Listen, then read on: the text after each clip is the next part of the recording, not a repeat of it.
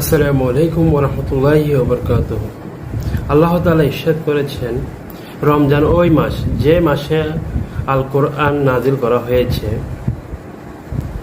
যা মানুষের জন্য পুরোটাই হেদায়েত, যা এমন স্পষ্ট উপদেশের পূর্ণ যে তা সঠিক পথ দেখায় এবং হক বাতিলের পার্থক্যকে পরিষ্কার করে তুলে ধরে।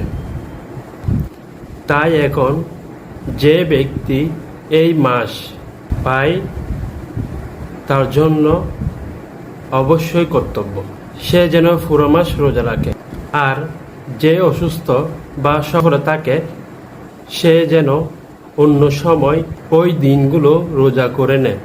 আল্লাহ তোমাদের জন্য যা সহজ তাই চাই, যা কঠিন তা তিনি চান না। তোমাদেরকে এই জন্য এই নিয়ম দেওয়া হয়েছে যাতে তোমরা রোজার সংখ্যা পরিপূর্ণ করতে পারো। আর যে হেদায়েত আল্লাহ তাআলা তোমাদেরকে দিয়েছেন এর জন্য তোমরা আল্লাহ তাআলার শুকরিয়া আদায় করতে পারো। আসসালামু আলাইকুম ওয়া রাহমাতুল্লাহি ওয়া বারাকাতুহু।